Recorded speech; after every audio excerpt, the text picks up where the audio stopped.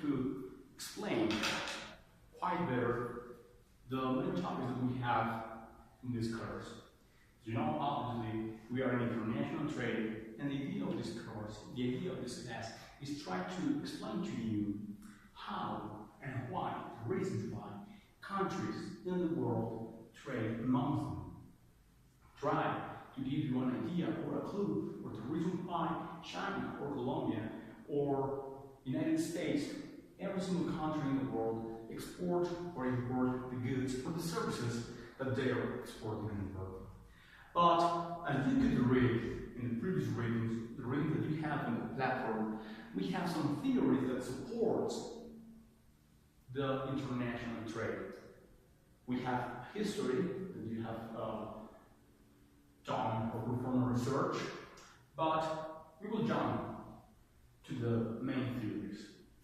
The main theories that probably in our times, in this 21st century, can be applied 100%. Some theories that you can say, okay, this is not the reality in our case, but if you see deeply in these theories, you can see that some of these assumptions, some of these ideas can work well. Or think the following, I used to say, think this in a cake. The cake has a core and has a cover. This is international trade, or those are the theories in international trade. We have the core of our classical theories, such as Ricardo or Smith, and we have the cover, the rest. So everything that we have today as an explanation to international trade is based on that, based on these classical theories that probably, as I was saying before, we can judge or we can say it doesn't work. So we're going to start with that.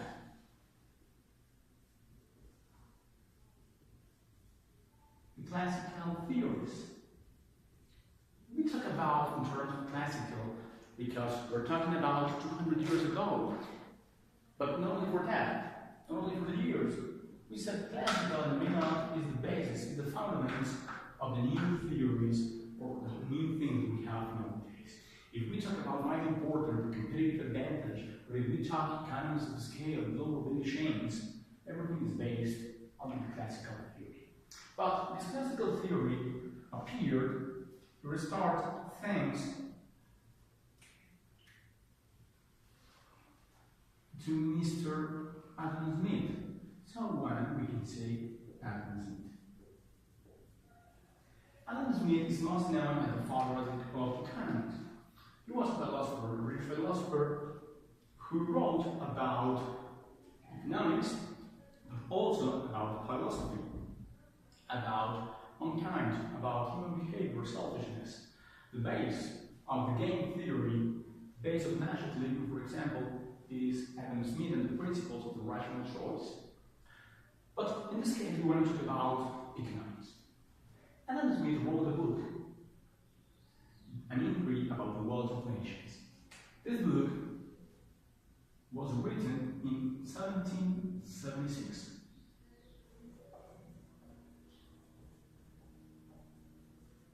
And it's important.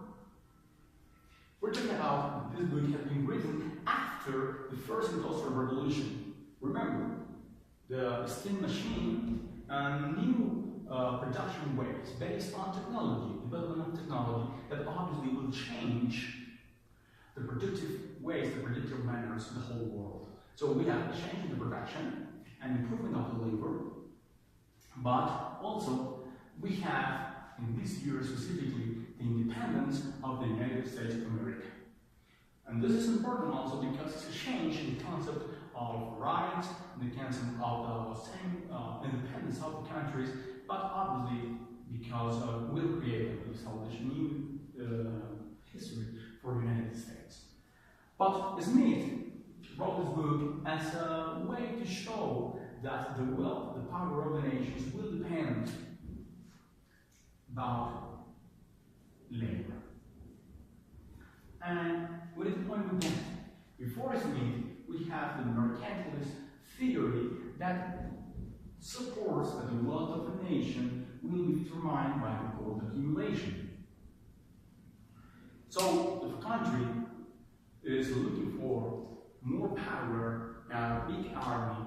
So this country, this kingdom, will take gold because it's the only way to have wealth.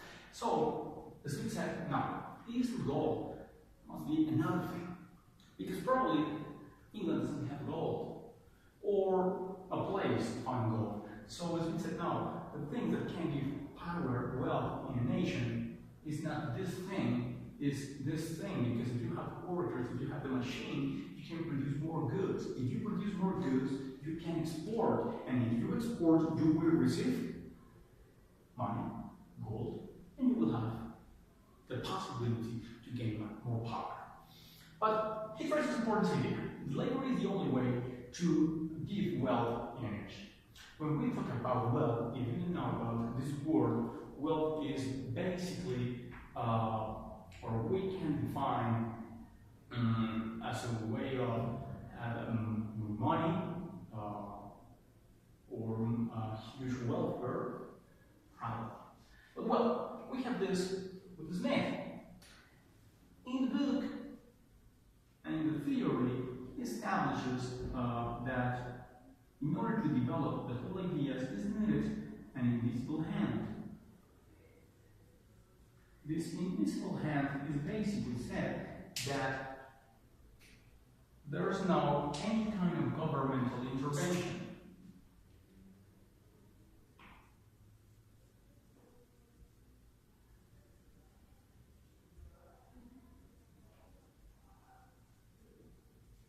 That means that the government, the only thing it must do is create a framework to develop economic activity. But the government is not going to assign the productive factors, and it's not going to determine which things or what kind of products people will produce.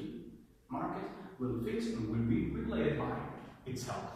So for that reason, we can say that in the classical theory, in the liberal theory, the market is perfect, the market is God, because the market has the possibility to solve the terminate. So the invisible hand, no governmental intervention, but also, for this point, will lead us to the point that we don't have no autarky. We can understand autarky as the absence of international trade. The autarky is a situation which the country can produce everything what people want to consume. So there's no need to have a foreign sector that give us a product. So Smith said no autarky, because if we have that, if we have this free assignation of the factors and the products, so probably there's going to be some kind of goods that we can produce, obviously related to some part of the theory. So we don't have this point of autarky in this case. We will have a free trade environment. This is like Berlin's, the beginning of like Berlin, so obviously we'll have the free trade scenario in this case.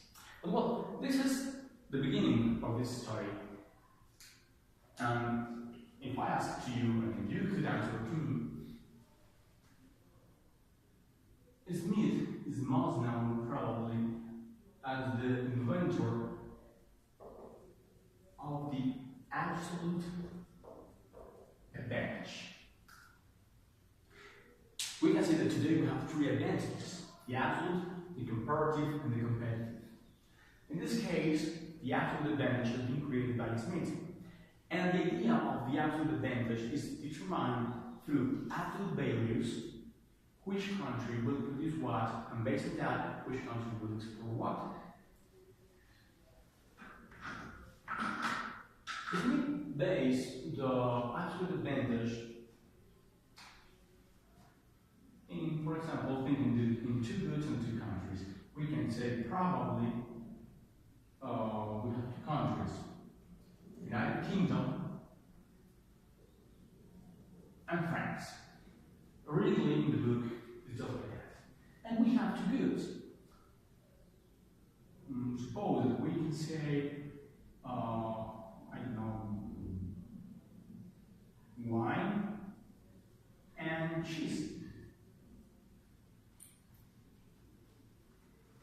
can say that this chart will be measured in the amount of goods, or the number of units produced in 1 hour. Yes, terms of production. How many units will produce in 1 hour. So in this case, we can say that the United Kingdom will produce 1 unit, and France 2 units. And the United Kingdom will produce 2 units of cheese, and 1 unit will be produced by France. This is the absolute advantage, based in absolute terms. In this case, we're going to say United Kingdom will produce cheese, and France will produce wine, because according to this figure that we have here in this chart, the United Kingdom is producing more in an hour of cheese than only wine. In this case, and if we compare with France, is producing more cheese than France. The same case with France and wine. France is producing more wine than cheese, but is producing more wine if we compare with the United Kingdom. So based on these absolute figures, we're going to say that. What is the point in this case? We will have total or complete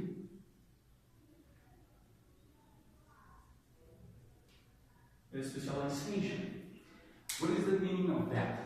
When we determine that United Kingdom will produce cheese and France will produce wine, we're going to say the following. United Kingdom must resign the wine production, move the workers, in this case, from the wine sector to the cheese sector in order to increase more and more the output.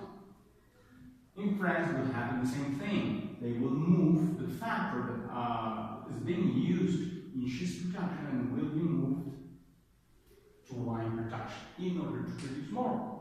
At the end,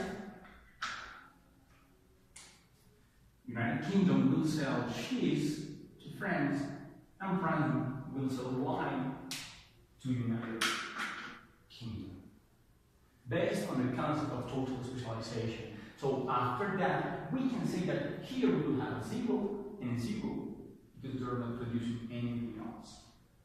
This is total and complete specialization, and this is important in this model. Till here, we're talking about the amount of hours, but Smith and Ricardo also will talk about in the side of the use of the factor. What is the meaning of that? The amount of hours that can be used in order to produce a single unit. But how can we determine that in this case? Making a simple rule of 3, or dividing, in this case, here, 1 hour into the number of units. What is the meaning of that? 1 over 1, 1 over 2, 1 over 2, 1 over 1. If we make this division, we will have the following chart. We will have United Kingdom again, France here, wine here, and cheese here. What's going to happen? 1 over 1, obviously, will be 1. 1 over 2, 0.5. The same here, 0.5, and 1. In this case, we're saying number of hours are being used in order to produce a unit. So in this case will be the less amount or the less figure that we have here.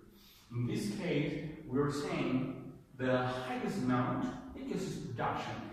The highest number of products that you can produce in 1 hour. In this case, is the less amount of hours that you can use in order to produce a unit. So in this case, we're going to see the same situation because they're using the less amount of the resources. So in this case, with Smith, we're saying use the resources in an optimal way. the same conclusion like in this case. This is the first part of this classical theories with Adam Smith as the mentor, the creator of the economy, that will have another part with David Ricardo that will be the other theory that we will explain in the following video.